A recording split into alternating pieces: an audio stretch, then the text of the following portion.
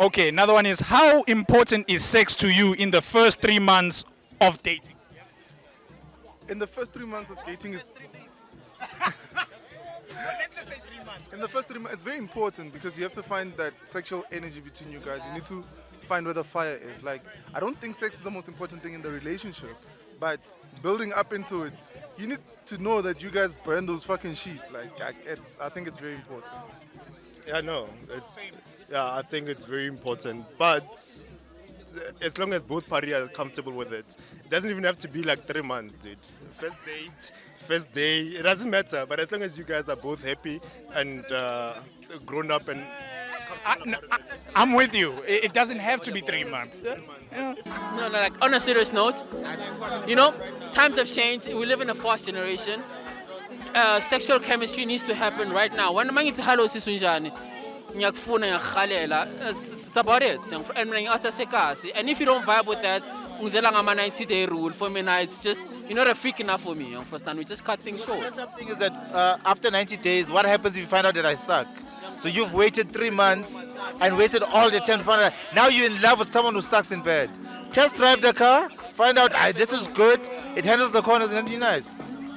It's important because, look, if this person's going to be a part of your life for the rest of your life, you need to know what you're getting yourself into. A lot of times people get themselves into serious relationships and then long down the line you start checking, ish.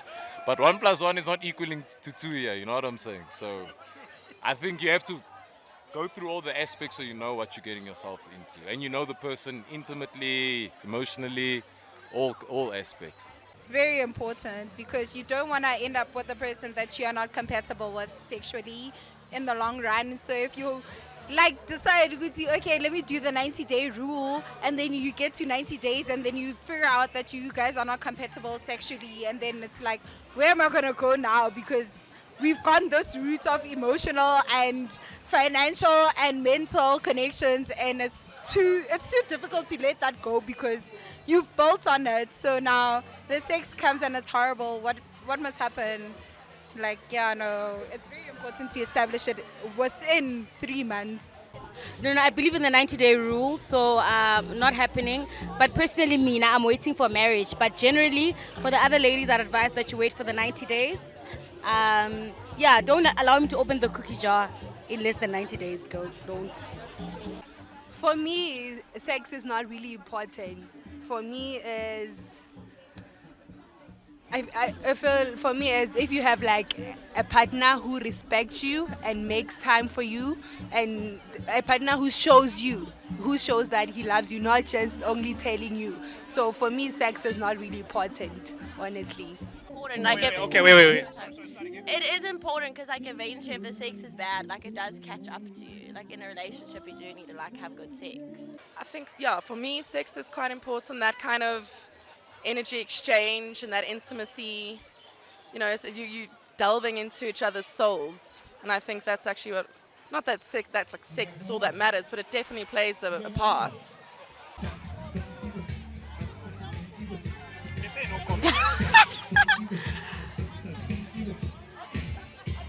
We don't have sex in the first 3 months of dating.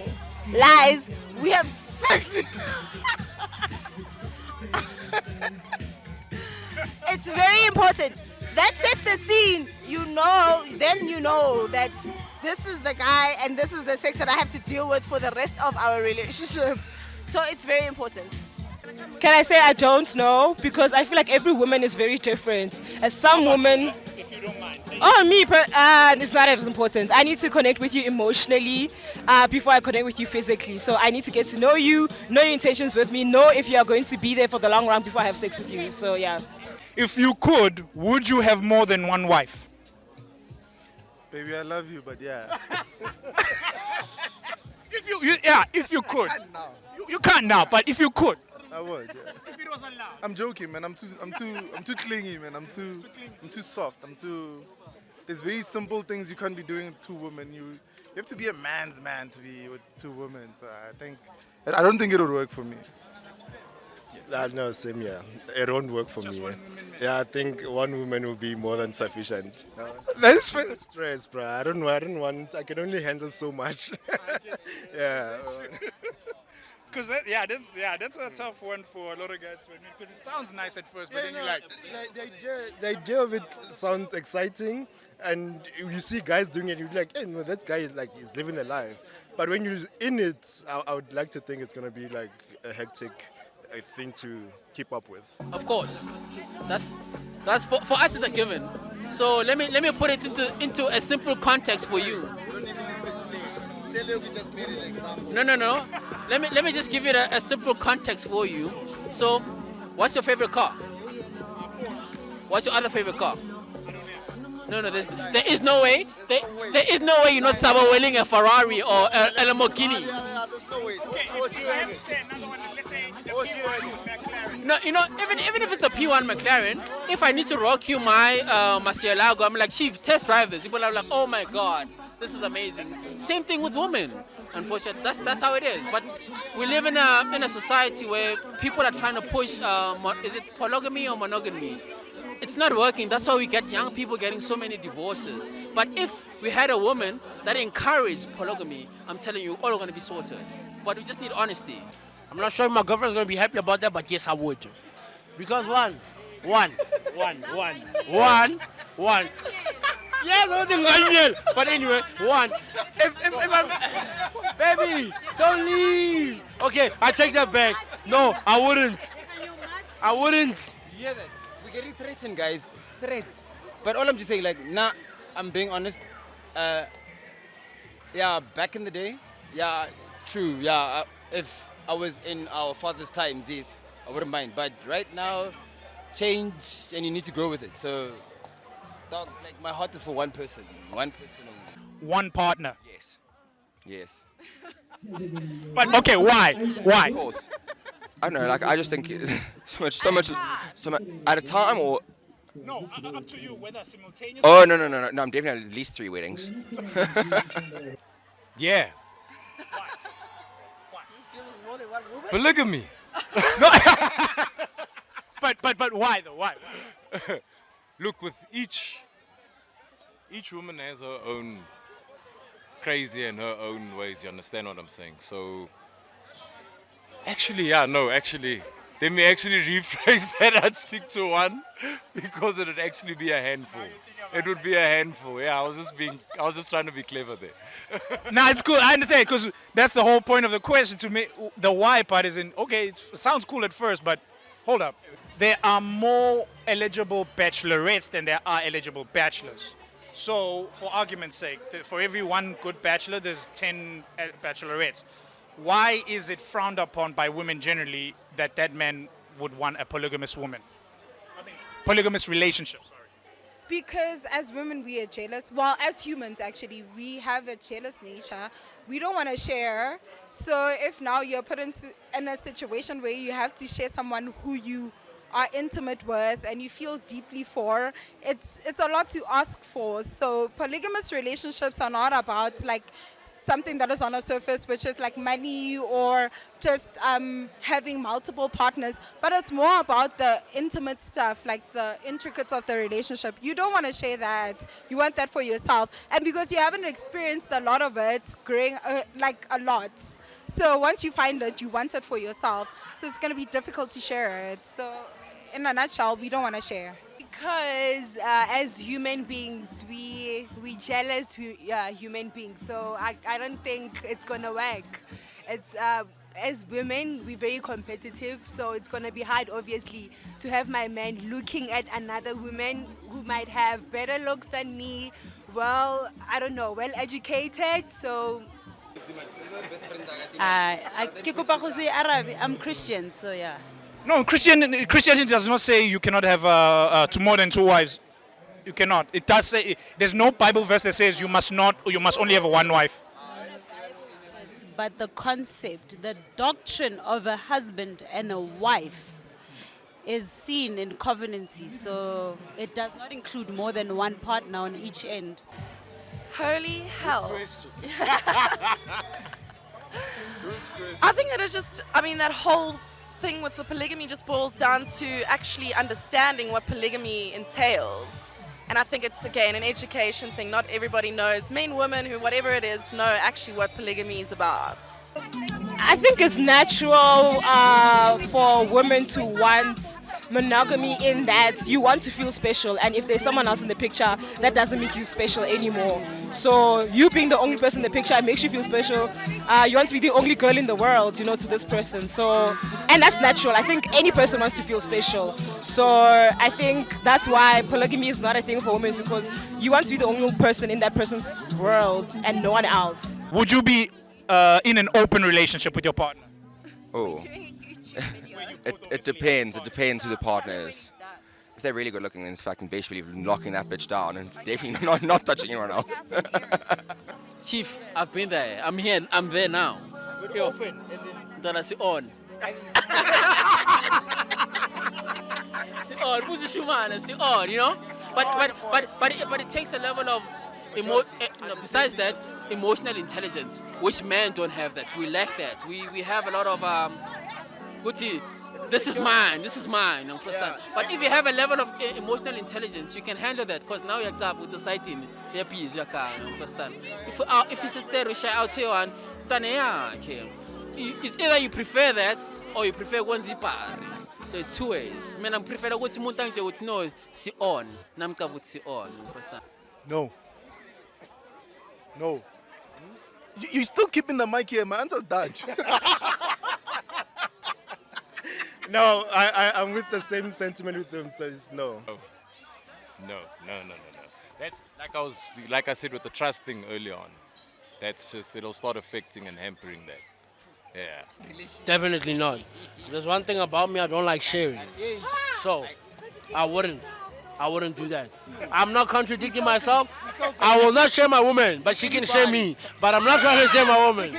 I'm not saying you will share me, baby, but don't get me wrong. I'm not saying you will share me. But listen, I do not share my woman. Period. They can share us, but we can't share them. Is it right? It's right. Thank you. No, we're just playing, but I'm just saying, like, I can't. I'm very selfish. I can't. I'm just same with him.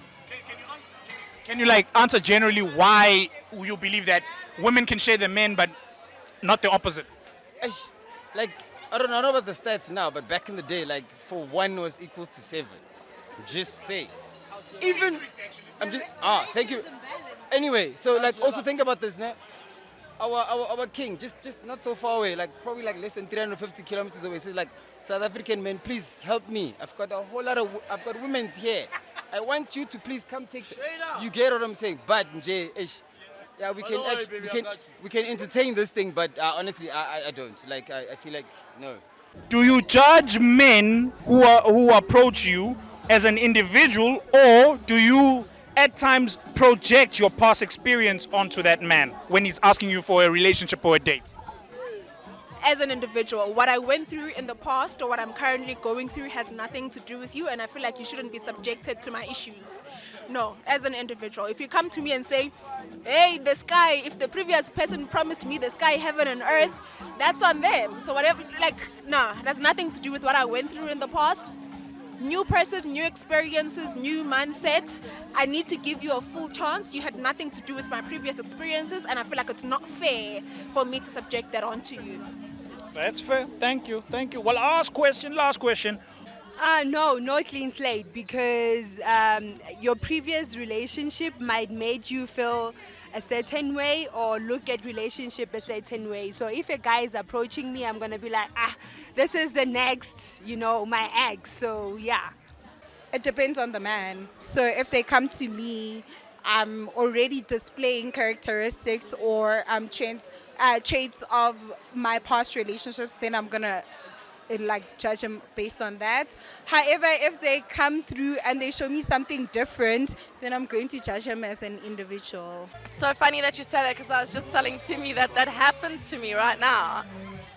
And I find it like it's not very often where you actually find a man who knows what he wants, where he's going to come up to you and introduce himself. It's always a game, apparently.